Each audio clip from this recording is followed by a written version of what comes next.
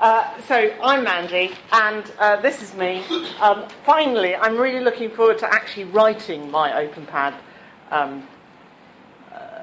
application in the summer. I've put it off twice now, so I'm really looking forward to being able to stop talking about all of this, I have to say, because I think I'm beginning to bore some of my colleagues. But, you know, I'm trying to make each of these speeches a little bit better.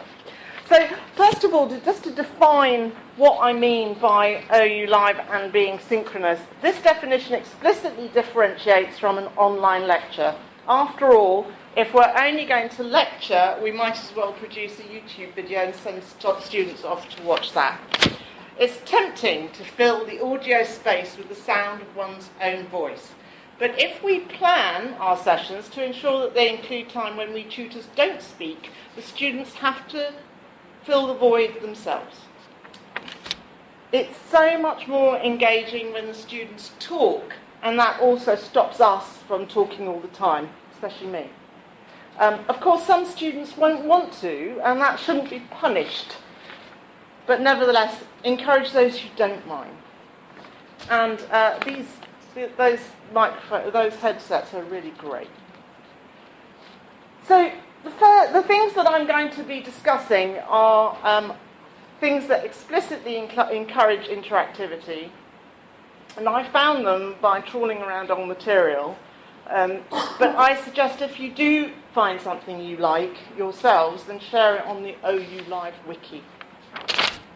So here's one which is telling us about a really good assessment task, for example, a TMA question from a module which a student knows. So this is to get them talking and to get them engaging and discussing things with each other. Nice to get them just to do something short and simple and sweet. This is from English. This was the subject. It was discussing using examples of text that might not traditionally be considered creative, and they had to illustrate their explanation. So there they probably would have needed to pre-prepare beforehand. So that's an option that you can have, is to say, okay, this is what we're going to do, come and do it. Now, how do you reward that? Well, that's a different thing. Languages are absolutely amazing at using OU Live, really probably better than the majority of us.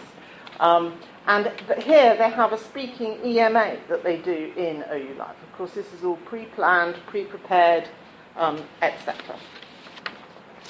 Pair discussion, this is lovely. You send them off to breakout rooms, and then you ask them to come back. This discussion was about a TV program which used hidden cameras. Collaborative quiz answers. You don't have to spend hours doing your own quizzes in OU Live. Really clunky interface. You can send them off, again in breakout rooms, introduce a little bit of a competitive element, and then let them come back and share their results in the plenary. So there they're going to be learning, and they're going to be discussing things as well. Again, here's another preset option for a preset discussion topic. This is what they're going to discuss about whether or not children's books are intended to entertain or to inform. Alice in Wonderland, what does that do? We probably all have a thought about that. I'm sure you use this because it's almost impossible not to, but get them to co-write, so they will be adding little boxes onto the screen. Horrible, those boxes, aren't they? Yeah. But nevertheless, possible. And here's one that we all recognise. Oh yes, it's Ned. Notice that mine's brown. Yeah, that helps, because you can click in the middle of it and it actually jumps. I was going to put a little video in, but of course, with timing issues, I didn't, so there you go. But anyway, this one neighs as it's going around, and there we've talked about that, splitting them up again into little rooms and having them to come back.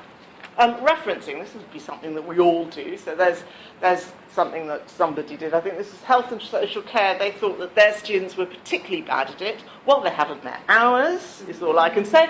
So, yeah, evaluating theories, this was science, social science, sorry. And here, this is the opportunity to use highlighters, underlining, takes quite a bit of preparation. So sometimes, yes, we do really need to set up these events this was nice. This is coming back onto one of my favourites, which is application sharing. I think application sharing is one of the strongest things that we can use OU Live for. And here in science, they'll use a digital microscope, go off again, use a digital microscope, come back and discuss. And so here, other ideas. Join up with other tutors. Force your modules to let you join up with other tutors. There's absolutely no reason why it can't happen.